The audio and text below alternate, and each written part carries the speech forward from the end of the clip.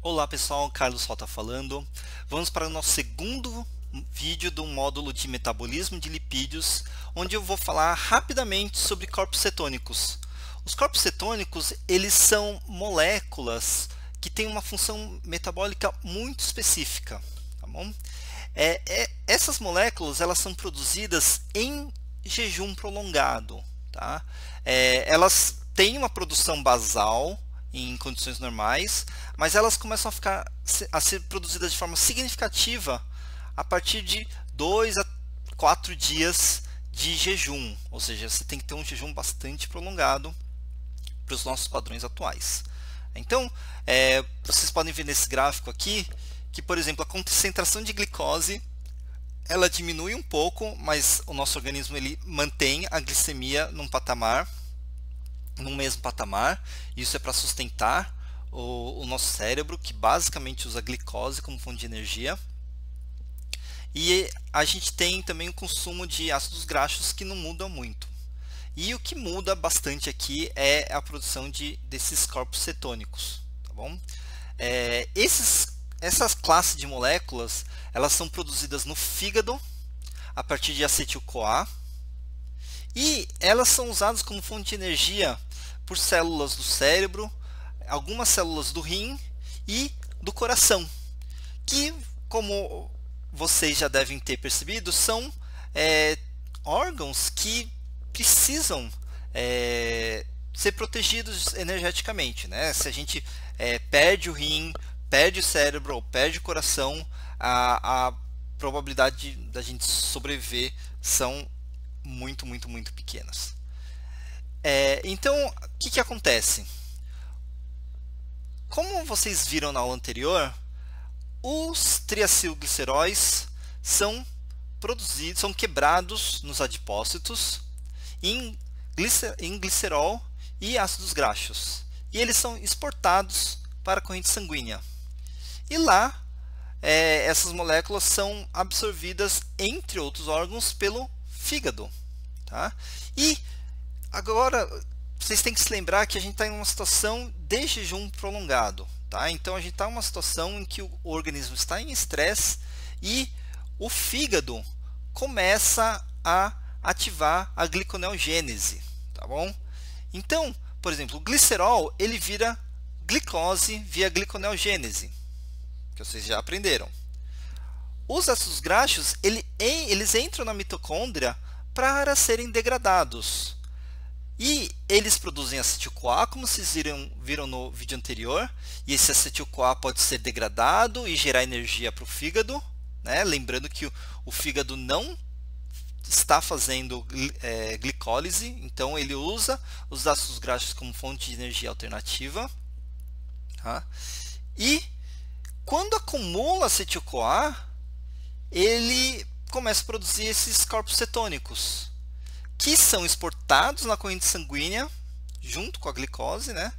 E são absorvidos por alguns tecidos. E esses corpos cetônicos, dentro da mitocôndria desses tecidos, eles são convertidos novamente em acetil-CoA, e o acetil-CoA entra no ciclo de Krebs para gerar energia. Tá bom? O que faz com que os corpos cetônicos sejam gerados? O acúmulo de acetil-CoA. E por que o acetil-CoA começa a acumular?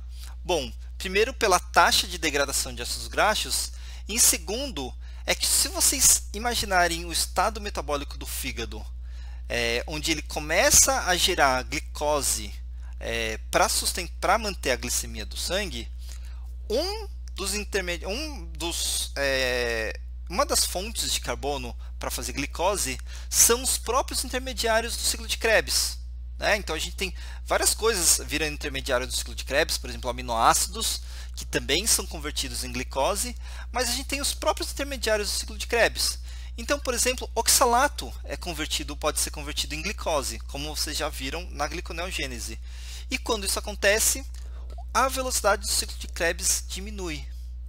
A velocidade do ciclo de Krebs diminui, você tem os ácidos graxos sendo degradados constantemente, e isso leva ao acúmulo de acetil-CoA.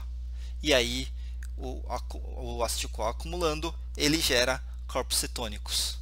Só para ver um pouquinho a via metabólica dos corpos cetônicos, eles são também bastante produzidos quando a gente entra em cetogênese.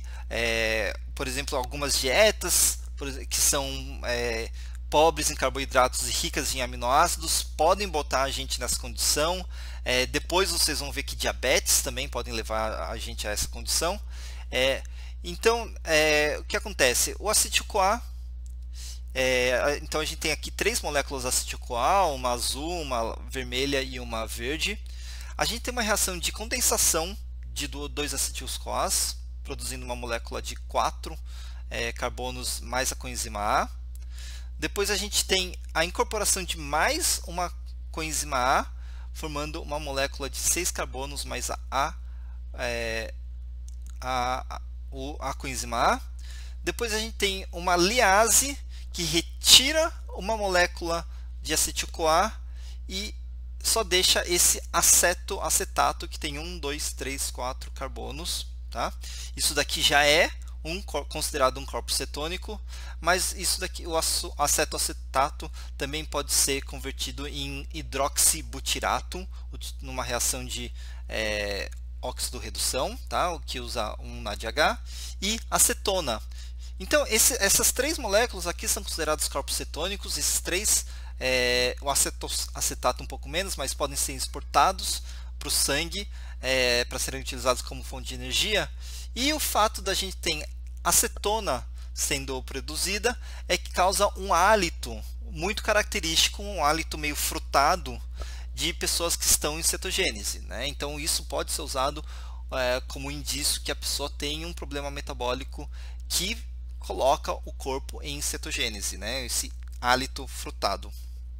Então, só para resumir, tá?